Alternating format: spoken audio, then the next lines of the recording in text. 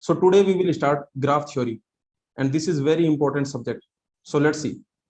First of all, let me tell you that if anyone asks me what is the most important chapter in GATE exam, okay, that is graph theory. That is graph theory. This is very important. This is extremely important. Like this is not normal important. This is extremely important because let me tell you that in GATE exam, if you notice, in GATE exam, from this graph theory, a lot of marks come. Only from this graph theory, only from this graph theory, you will get at least you will get maybe 3 or 4 questions. Okay, so these many questions, like this graph theory is used in all other subjects. This graph theory is used in algorithm, data structure, okay, like operating system, compiler design. You just mention the subject and this graph theory will be used. So this is very useful. This graph theory, this is a very useful area. This is a very useful field of mathematics, and this is used in this has many applications, this graph theory. So that is the reason from graph theory at least 3 or 4 questions you will find in the GATE exam. That automatically means that almost 4 to 6 marks you will get from this graph theory. And let me tell you that in 2022 GATE, from the graph theory only, there were almost 4 to 5 questions. Almost 4 to 5 questions only from graph theory.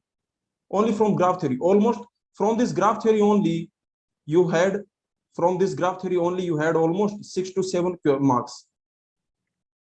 So this chapter, only this one chapter, this has very importance, great importance in the GATE exam. Okay, so this is very important. Now we will see why this is very important. This is very important for computer science. If you are a student of computer science, if you are not preparing for the GATE exam, then also you should study graph theory. Every computer science student should study graph theory. Okay, whether you are preparing for GATE exam or not, whether you are preparing for your interview, whether you are preparing for your company, this graph theory is really very important. Okay, now let's start and let's see what is a graph. Like what is graph in graph theory? So you have seen this type of graph, yes or no? In school, we have seen this type of graph. We have seen this type of graph. We have seen this type of graph. Is this what we will study? We are going to study this type of graph? No, this is not what we are going to study. We don't study these graphs. These graphs are basically called plot, I can say. Basically, you have some data and you are plotting that data. Okay, so this type of graphs, if you notice, this type of graphs are called plot. This type of graphs we will not study. Okay, so what we will study? For us, this is a graph. Okay, this is what we will study. Basically, we will study some dots and lines. This is a graph. For example, here on the screen, you can notice there is a structure. This structure is basically, in this structure, can you notice what we have? Just notice what we have in this structure. In this structure, we have some node. So, okay, so this is a node. For example, this is also a node. And in this structure, like if you have these two nodes, 1, 2, these are the two nodes, and this is a line. This is a line which is connecting these nodes, correct? So basically, for example, this node 4, node 3. So you have two nodes, and this is a line which is connecting 4, 3. This is a line. So this is the idea. What is a graph? In graph theory, graph is just some dots and lines which are connecting these dots. So for example, these are the dots. Okay, total 6 dots we have. I can say total 6 nodes we have, or I can say dots we have. So these are the dots.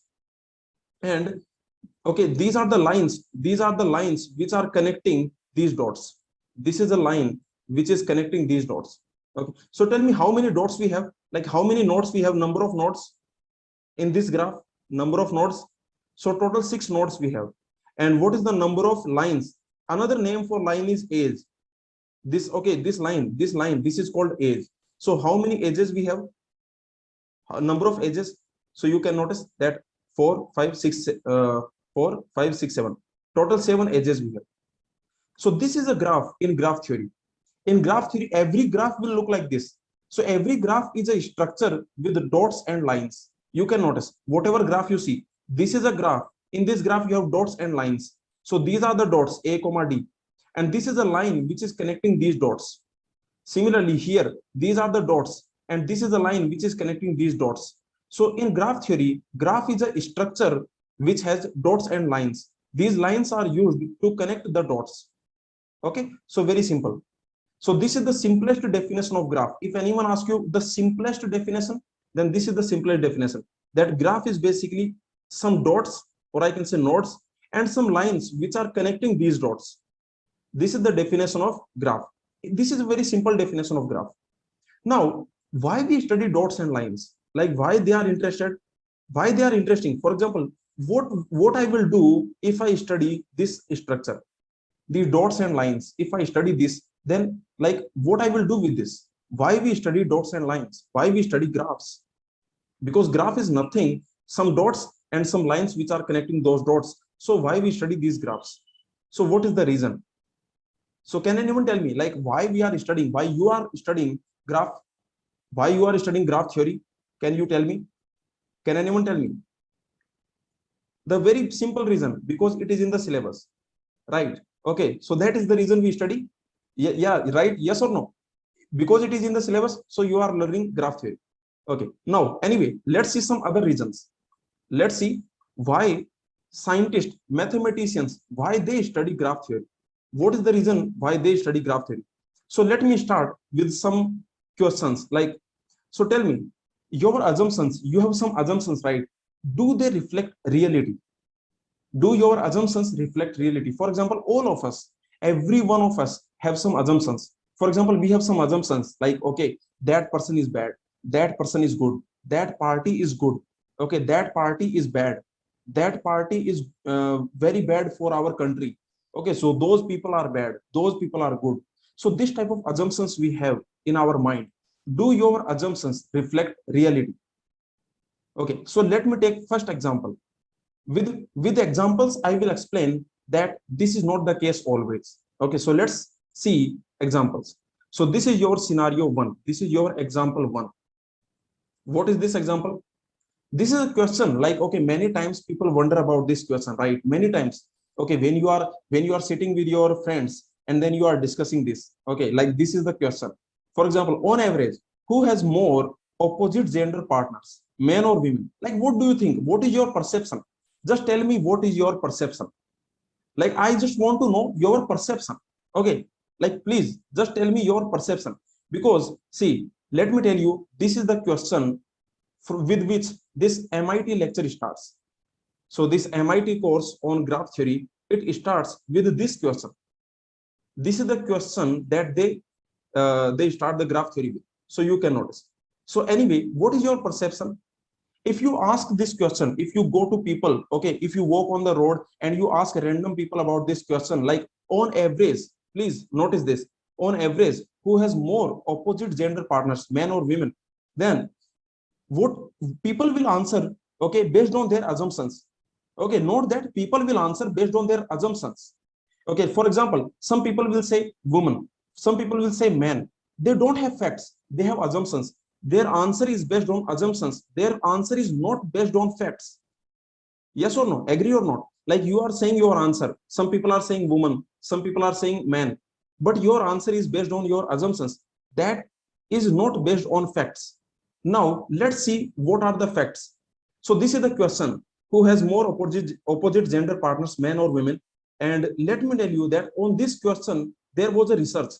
Many research have happened on this question. For example, the University of Chicago, okay, this University of Chicago conducted a research to answer this question. This was the question, and to answer this question, University of Chicago conducted one research. So there were almost I think 3,000 people. Okay, on 3,000 random people, they conducted a survey and they basically found some answer because they wanted answer for this question, like on average, who has more opposite gender partners. So you can notice a lot of research has gone. For example, this ABC News also has conducted similar type of survey. So basically, okay, this type of research goes on many times. So it takes money, right? Yes or no? It will take some money. It will take like some amount of effort you have to spend. So that is the point. But if you know graph theory, then you can answer this question very easily. Let's answer this question using graph theory. Okay, using graph theory, you can answer this question very easily. You can answer. So tell me, let me randomly take, like I will not take exact data, but I will tell you some idea. So tell me, who are more, men or women on earth in India?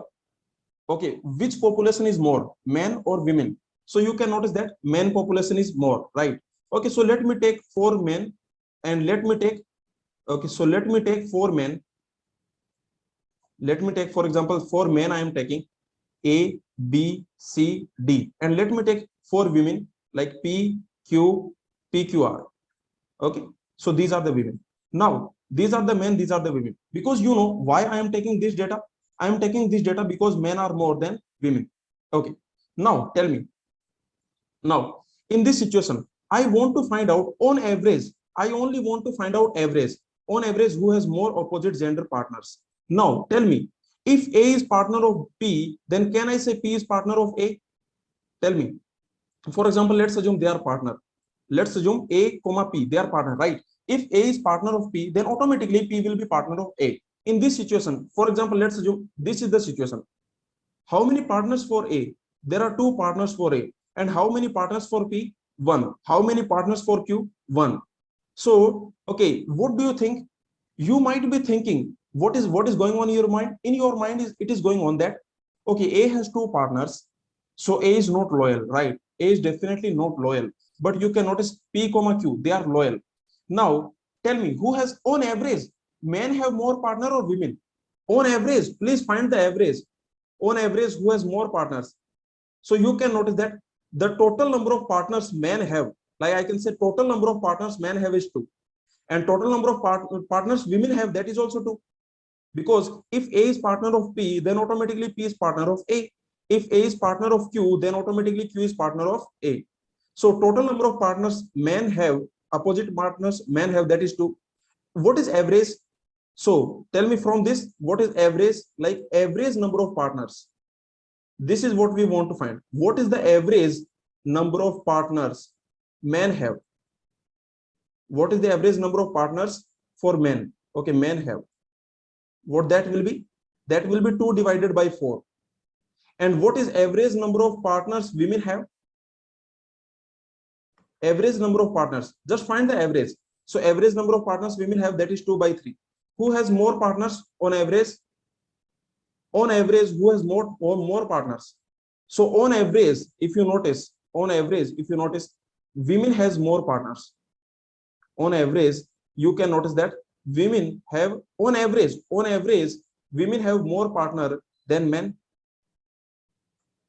So tell me, okay, tell me from this, can you notice one thing? Why this is happening? Can anyone tell me why this is happening? Like on average, you can notice that women have more partner than men, because there are more men, because there are less women. It has nothing to do, with their partnership. Like, okay, it has nothing to do with their loyalty. Yes or no? You can notice in this scenario, women are more loyal. In this scenario, man is not loyal. But still, you can notice average number of partners for men, that is less than average number of partners for women. And the reason is very simple, because there are less women, there are more men. Now, okay, now the same. So let's do this. Let us assume that this Q and B, they are also partner. Let's assume this Q and C, they are also partner. Let's assume this Q and D, they are also partner. Okay, so something like this. Now in this scenario, tell me how many partners for Q? How many partners for Q? So in this scenario, there are 4 partners for Q. There is 1 partner for B. There is 1 partner for C. There is 1 partner for D, and there is 0 partner for R. So tell me total how many partner this like men have total. So you can notice that is 5, and total number of partners women have, that also will be 5. Will it always be same? Like these 2 numbers, will they always be same? These 2 numbers, they will always be same, right? Because if A is partner with P, then automatically P is partner with A. Okay, so that is the idea.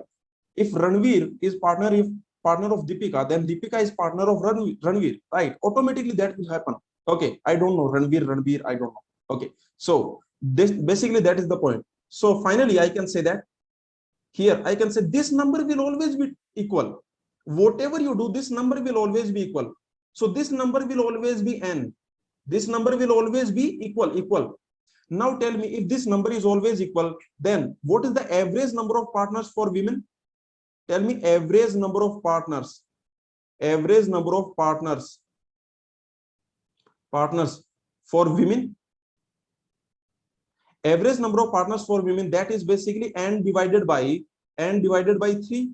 And average number of partners for men, average number of partners for men, that will be n divided by 4. Who has more? On average, who has more partners? Okay, on average, you can notice that women has more partners. And why this is happening? What is the reason this is happening? Does it have anything to do with loyalty or something like, okay, does it have anything to do with that? No, because these two numbers will always be same. If you are partner of someone, then that person is partner of you. So in this world, okay, whenever some partnership is happening, then you can notice the number of men will increase, the number of women will increase by the same. The total number of partnership for men, that is also 5. The total number of partnership for women, that is also 5. So this number will always be same. But you can notice, because there are less women, because the population of women is less than population of men, so automatically the average number of partners for women will be more, and average number of partners for men, that will be less. Okay, so you can notice, if you know graph theory, if you understand graph theory, then you can save a lot of money. Like this ABC News, this Chicago University, like these people, they conducted research. Okay, but if you know graph theory, then you can do this. Yes or no? What you have to do? Can anyone tell me for India what you have to do if you want to find? Like you don't have to ask everyone. You don't have to go and ask, okay, how many partners you have, how many partners you have. You don't have to do that. So finally, okay, what you need to do? Because remember, this number will always be same. So whatever you do, only you have to find population. The only thing you have to do is you have to find population. Yes or no? So this is the final conclusion, that if I talk about India, so let me talk about India. Okay, then so you can notice that, let's assume that population of women,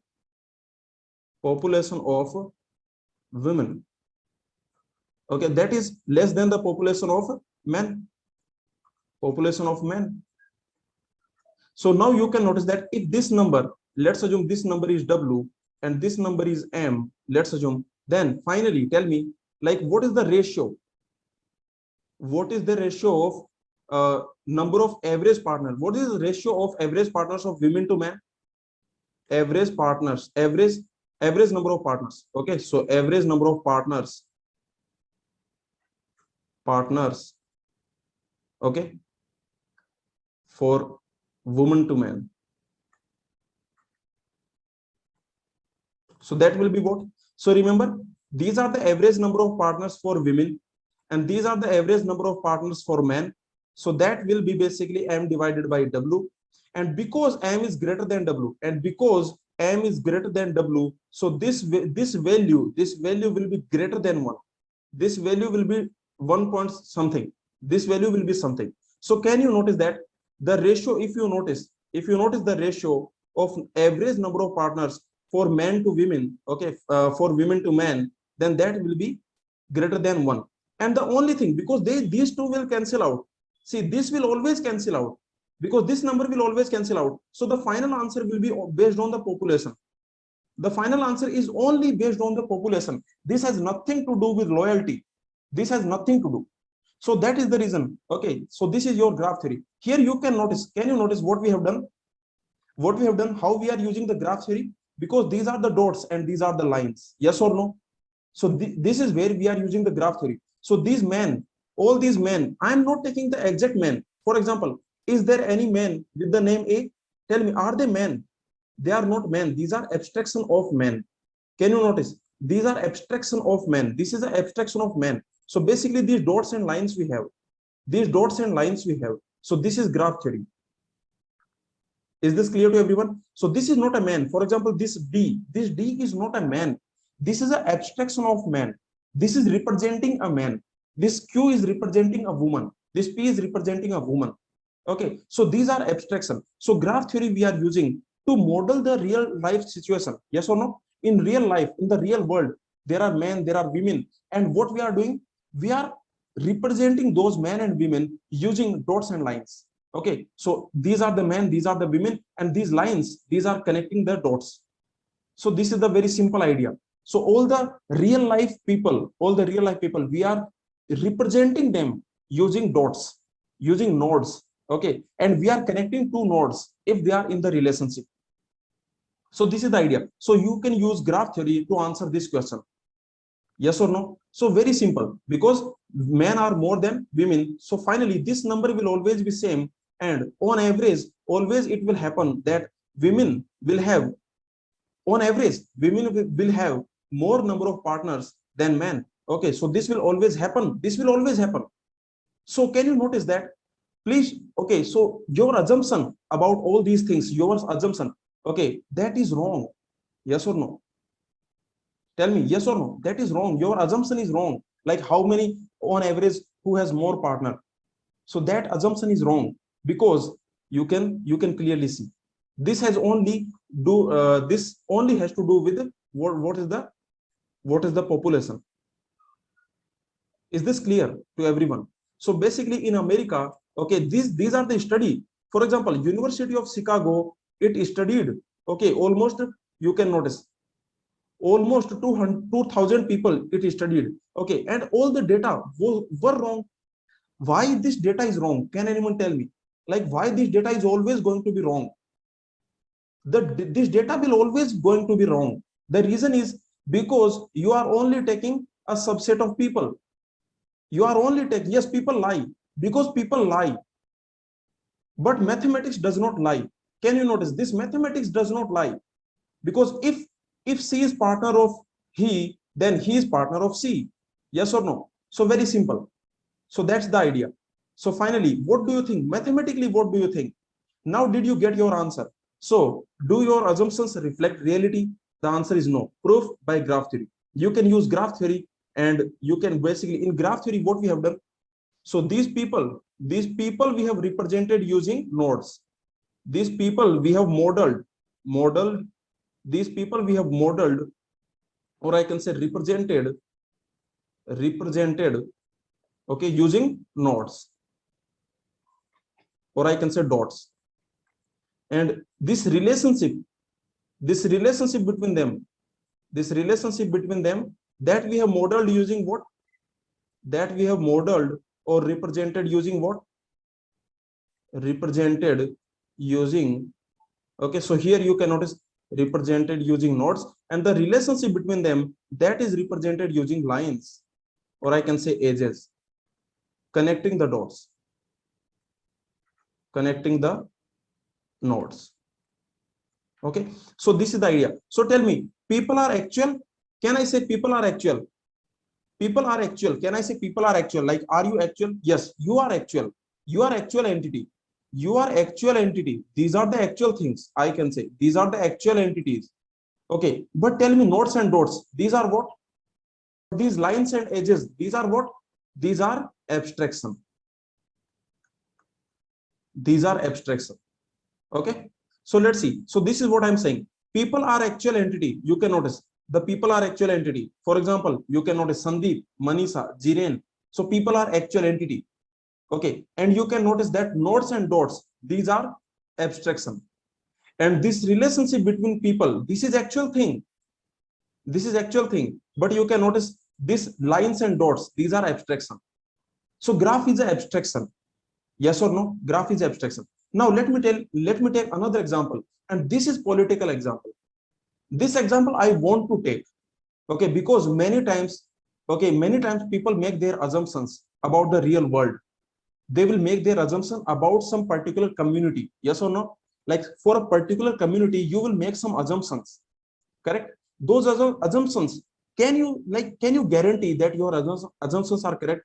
The party that you are supporting, can you guarantee that that party is good? Okay, so let's see. So how easy it is to manipulate public perception. I will give you one example, and that example, okay, you will get to know that that example will tell you that it is very easy. So for example, this is a Boston study. Let me tell you, this was a study for in the Boston. This was the study. They found that on average, minority students study with non-minority students more than the other way around? Yes or no? See, this is the study. Like they found this. They found that on average, minority students, they study with non-minority students more than the other way around. Like, for example, who is more friendly? Basically, what this is saying that minority students are more friendly. They are more friendly. Yes or no? This study is saying that minority people are more friendly. But tell me, can anyone tell me why this is happening? This study is saying that minority people are more friendly. Why this is happening? Why this is happening? This is a Boston study. This is a Boston study. Something, okay, it's like some. This is a Boston study that on average minority people are more friendly. Basically, this is saying that minority people are more friendly. So why they are more friendly? The reason is very simple, because they are minority. See, because they are minority. Just think about it. Just think about, these are the minority students. Okay, these are the minority students, and these are the non-minority students. Okay, so let's assume that there are only 3 minority students, and there are P, Q, R, S, T, U. There are these are the non-minority students. Now you can notice. Tell me, just tell me, if A studies with P, then P also studies with A. Yes or no? Agree? If A studies with P, then P is studied. P will study with A. For example, if A study with Q, then Q study with. So you can notice. For example, P study with B, P study with C. Okay, something like this. Maybe Q study with B, maybe Q study with C. So from this, what actually is happening? Who is more friendly? Like, okay, from this, if you notice, who seems more friendly? Who seems more friendly from this? Like, what it looks like who seems more friendly? It looks like these people are more friendly. It looks like these people are more friendly. Okay, because you can notice, like it looks like these people are more friendly. But the idea is, this total number, if you find, this total number will be same as this total number. Agree? Yes or no? Yes or no? For example, this A studies with 2 people. A studies with 2 non-minority people. B studies with 3 non-minority people. C studies with 3 non-minority people. So this total number will be 8. So minority people, they study, okay, total, basically they have 10 study partners in the 8 study partners in the non-minority community. Now, this studies with 2 people. This studies with 2 people. This studies with 2 people. This studies with 2 people. So that is also total. Now tell me, on average, who studies, like who is more friendly? Tell me, on average, who is more friendly? On average. So on average, tell me, who is more friendly? Of course, minority people, because they are less, because this number will always be same. Whether minority is friendly or whether non-minority is friendly, it does not matter. Yes or no? This number will always be same. This number will always be same. And because minority people are minority, okay, because minority people are less, so that is the reason on average, their average will be more. Yes or no? So this is the study of Boston. And if anyone, just think about it, if you forward this message in the group, in the WhatsApp group in India, in India, you can notice, if you forward this message on the group that minority people are more friendly, okay, like something like that. So that does not give you the actual picture. Okay, because remember, whoever, like, it does not matter whether minority people are more friendly or non-minority people are more friendly. That does not matter, because on average this data will always be there. Like the on average minority people will always be more friendly than non-minority people. It does not have anything to do with the reality. Yes or no? It does not have anything to do with the reality. Yes or no? So that is the idea. The data, you can use the data to manipulate people. So it is very easy to manipulate public perception. Yes or no? Very easy to manipulate public perception.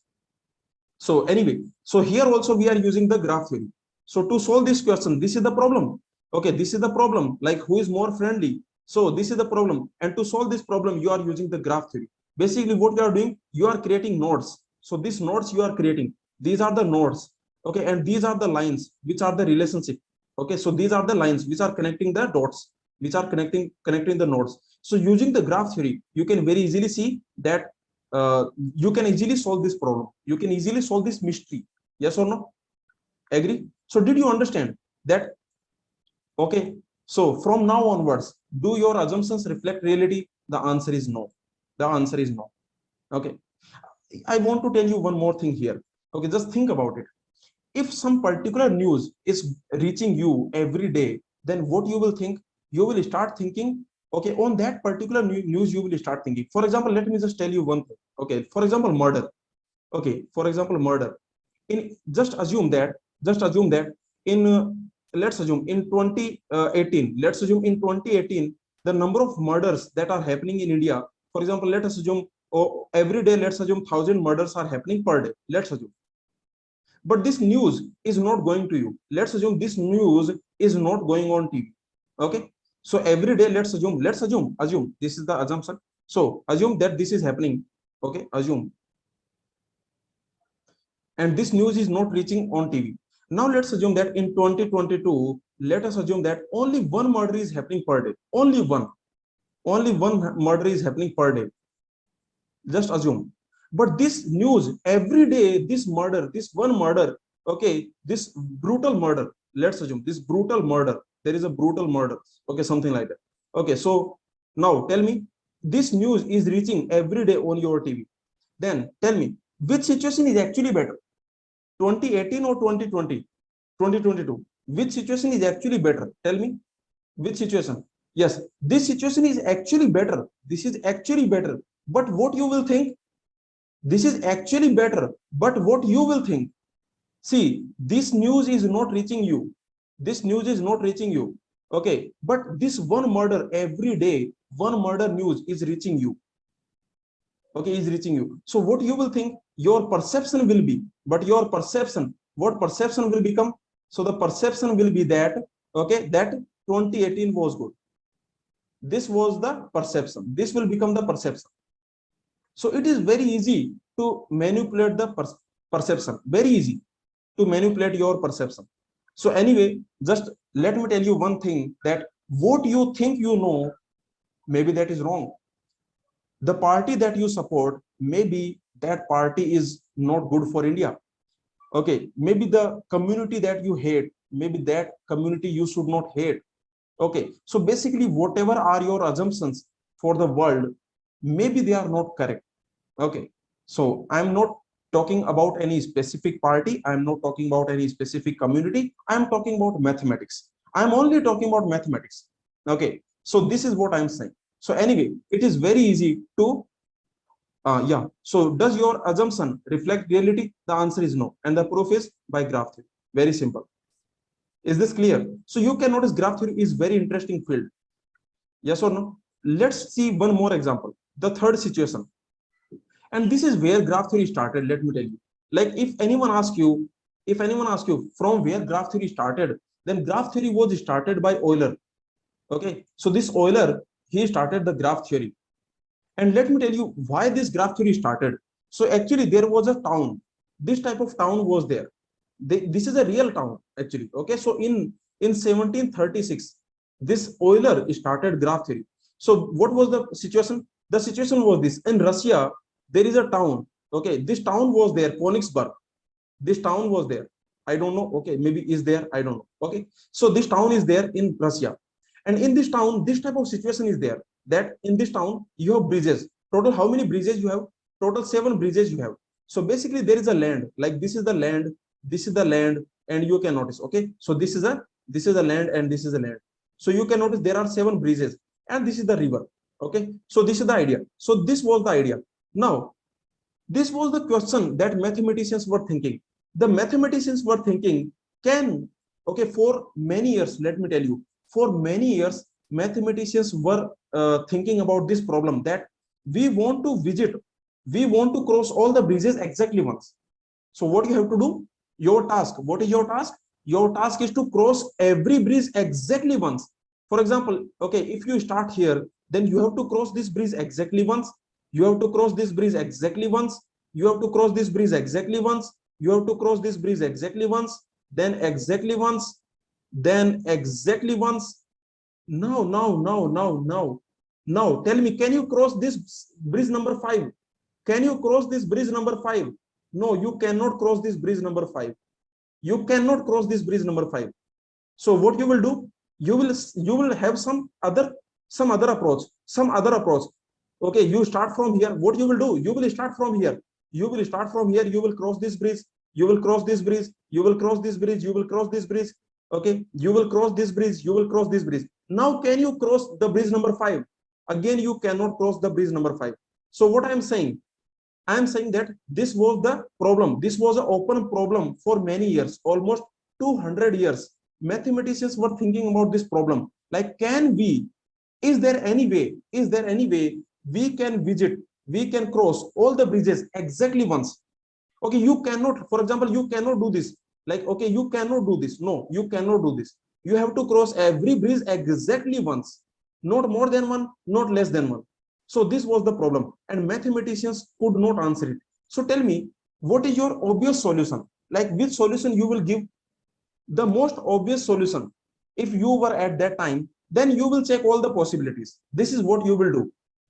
You will check all the possibilities, but mathematicians don't do that. Yes or no? So mathematics, of course, there are only 7 bridges. So what you can do, you can check all the possibilities, and you can tell that there is no way to cross all the bridges exactly once. There is no way. But mathematicians don't think like that. Mathematicians, for example, if there are 1,000 bridges, then how will you do? Yes or no? If there are 1,000 bridges, how will you do? So mathematicians want some generalization. Mathematicians want to know why it is happening, why it is not happening. Okay, so this was open problem, and for 200 years no one could answer it. No one. Then this person came. Who? Euler. And what he did, see, this is an actual city, and what he did, he created a graph from this. And this was the first graph in graph theory. This was the first graph. So what he did, he created a graph like this. So he called, okay, so let me call it, what I will do, let me call it land number A. Okay, let me call it land number B, land number C, and land number D. Okay, so you have total four piece of land you have. Now you can notice here, total 7 bridges you have. So what Euler did, Euler created graph. Euler created a graph like this. So tell me, first of all, you tell me, are these the piece of land? For example, let's assume this is some city. Let's assume this is some city. So tell me, this A, B, C, D, what are these? What are these? These A, B, C, D. This D, what is this? This is abstraction. Yes or no? Yes or no? This is abstraction of this. This is abstraction of this area. Yes or no? Yes or no? This is abstraction of this area. Correct? So this is the abstraction of this area. Now you can notice that. You can notice this. A is connecting to D. A is connecting to D with bridge 1 and bridge 2. So A is connecting to D with bridge 1 and bridge 2. Bridge 1, bridge 2. Okay.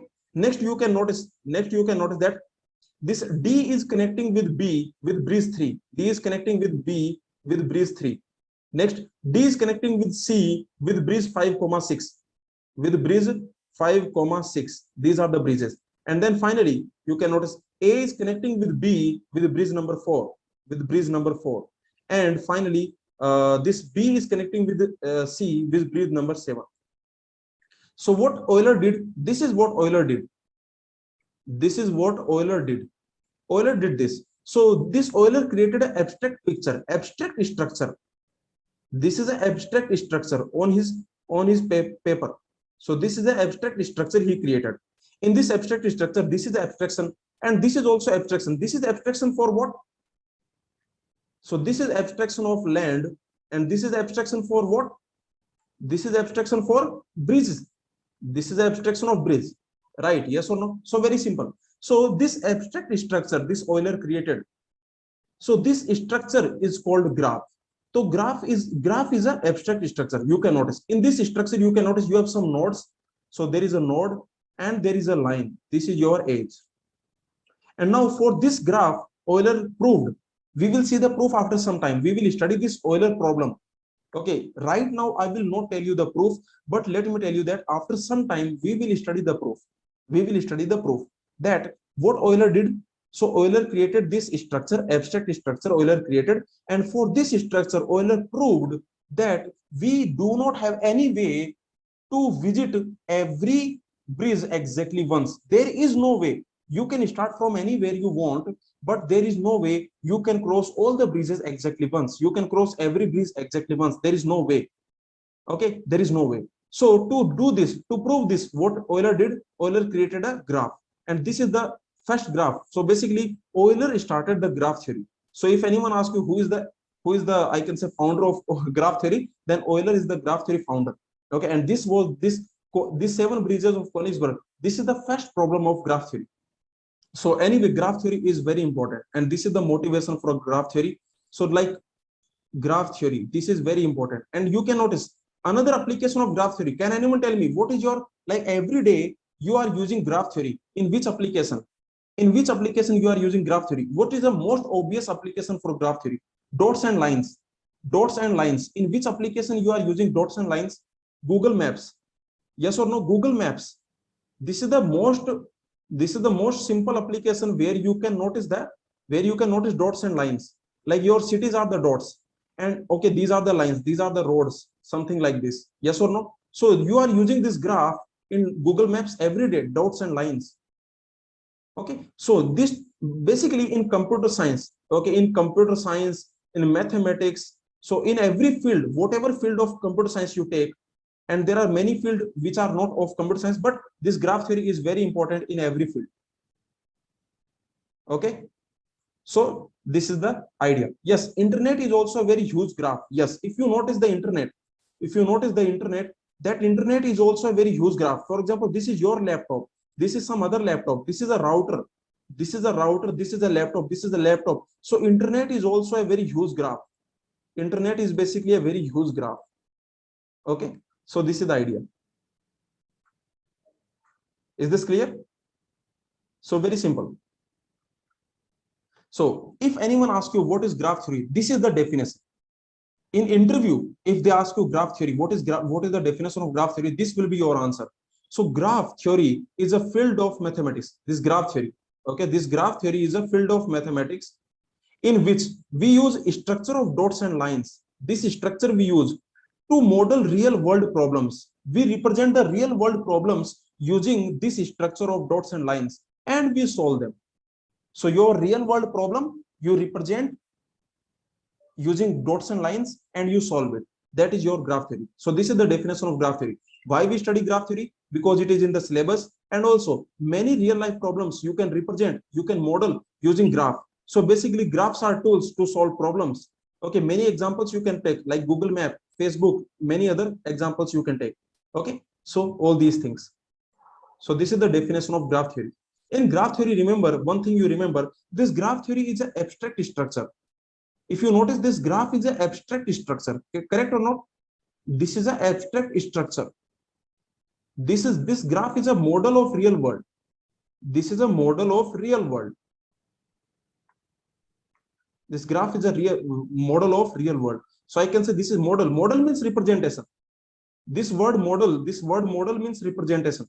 So I can say this graph is a representation of real world. So, okay, in this graph we have two things. In this graph we have something called nodes. So we have two things, nodes and edges. These are the two things, and these two things are also abstractions. These are also abstractions of real world entities. These are also abstractions of real world entities. These, okay, real world scenarios, real world things. Okay, correct? So very simple. This is the idea. Now let's start.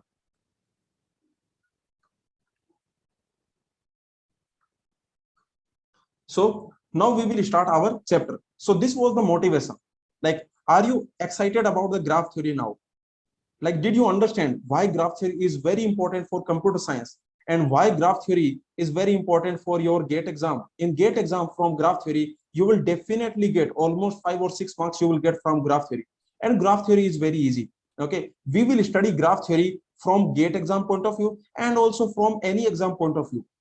By chance, if you do not crack GATE exam, then you can definitely crack some other exam like ISRO, BAR, DRDO, okay, NILIT, some other exam you can definitely crack. Okay, and you can definitely crack interview. And this graph theory is very important chapter for interview.